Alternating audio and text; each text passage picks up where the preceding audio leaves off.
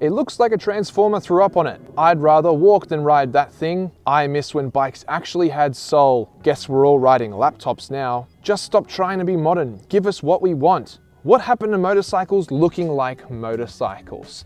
Man, we really don't handle change very well, do we? I've been riding since 2019, so I'm not some lifelong veteran that's been around forever. But it is long enough for me to notice something strange. Motorcyclists as a group, well, we're a passionate bunch, and we really hate change. And I'll be honest, I've felt that too. When a bike I love gets replaced by something completely different, or a brand that I respect does something out of the blue, I've found myself rolling my eyes or having something to say. But lately I've been wondering, is it really about the bikes, or is there something deeper going on? Well, after a bit of soul searching and research, I think I've come to a conclusion as to why this happens. So let's take a look at some common examples and then I'll tell you what I think. Let's start with how bikes look, because I think that's usually the first thing people react to. It doesn't matter what it is, stacked headlights, LED strips, tail tidies, winglets. As soon as something new drops, the internet just sort of catches fire. And trust me, I get it. Most of us fell in love with a bike that looked a certain way.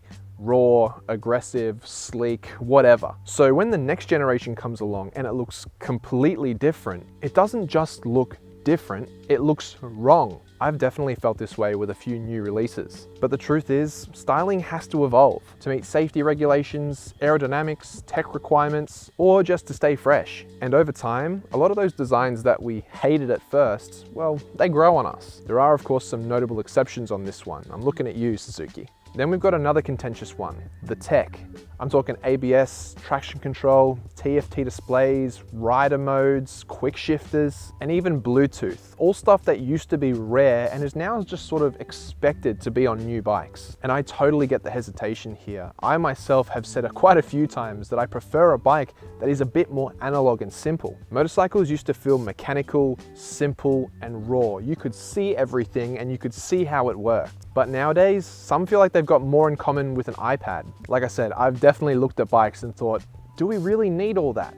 But at the same time, I've also seen riders kept safe because of those electronics. I've used quick shifters, cruise control, cornering ABS, and look, after you've been on a bike with that and used it and it's worked well, going back to a more analog one is, well, I don't think these things have to replace the connection that a rider has between themselves and their bike. I think if done properly, it can enhance it, if we allow it to. Another one that I've seen a lot lately, and I think hits hard for a lot of people, is in regards to engine changes and the all bikes feel the same problem. In the market, we've seen a massive shift towards parallel twins, from the Yamaha CP2 to Honda's new 755cc. And I'll admit, when I saw some of them dropping some of their long-time iconic motors for something simpler, it can be a bit disappointing because it's not all just about power, it's about personality too. You know, big V-twins, my favorite, the inline fours, triples. They've all got a unique sound, feel, power delivery, and character. So yeah, when we see a lot of those being replaced by parallel twins, it's easy to start to think that we're losing a lot of the personality of different bikes out there and they're all starting to become a bit samey. But here's the trade-off. These new engines are lighter, cheaper, more reliable and more efficient. So for newer riders, they're easier to live with, and for commuters, they make sense. So yeah, maybe some character gets lost, but I guess we gain accessibility and reliability. So, you know, is that a trade-off we're willing to make?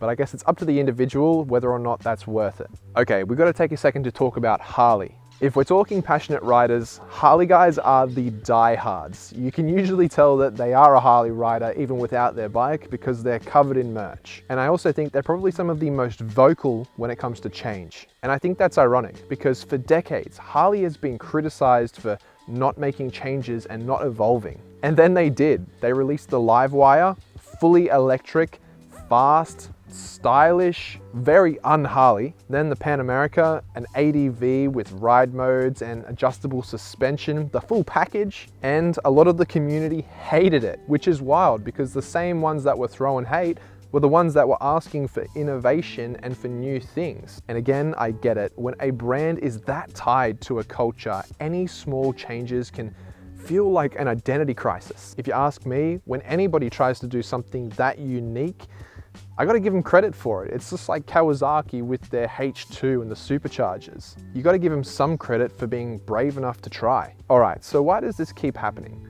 I don't think it's necessarily because riders are grumpy or stuck in the past, although some definitely are. I think it's because motorcycles are personal. They're not just machines, they become part of our identity. So when something changes, whether it be the sound, the shape, the engine, it doesn't just feel like it's changing, it feels like part of your world is changing too. Like your world is shifting, and that's uncomfortable. I think in a lot of cases, we're not really reacting to the new bike, we're reacting to what the new bike means. That maybe the thing that we love is fading or evolving into something that we don't really align with or understand anymore. And yeah, look, I've felt that too. And let's be clear, not all changes are good. And I think in a lot of cases, that feedback is warranted. Sometimes new designs do miss the mark and tech overcomplicates things. And in those situations, I think it's completely fair to give feedback or say, this is not for me.